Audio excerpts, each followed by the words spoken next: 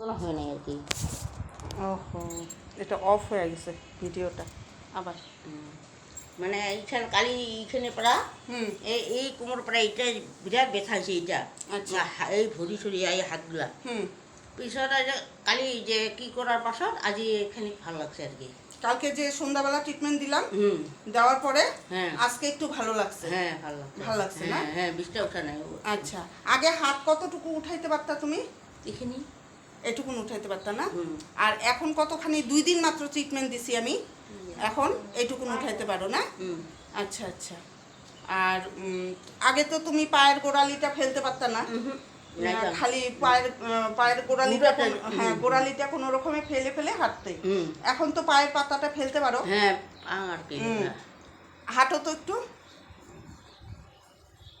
না। আবার ঘুরে আসো।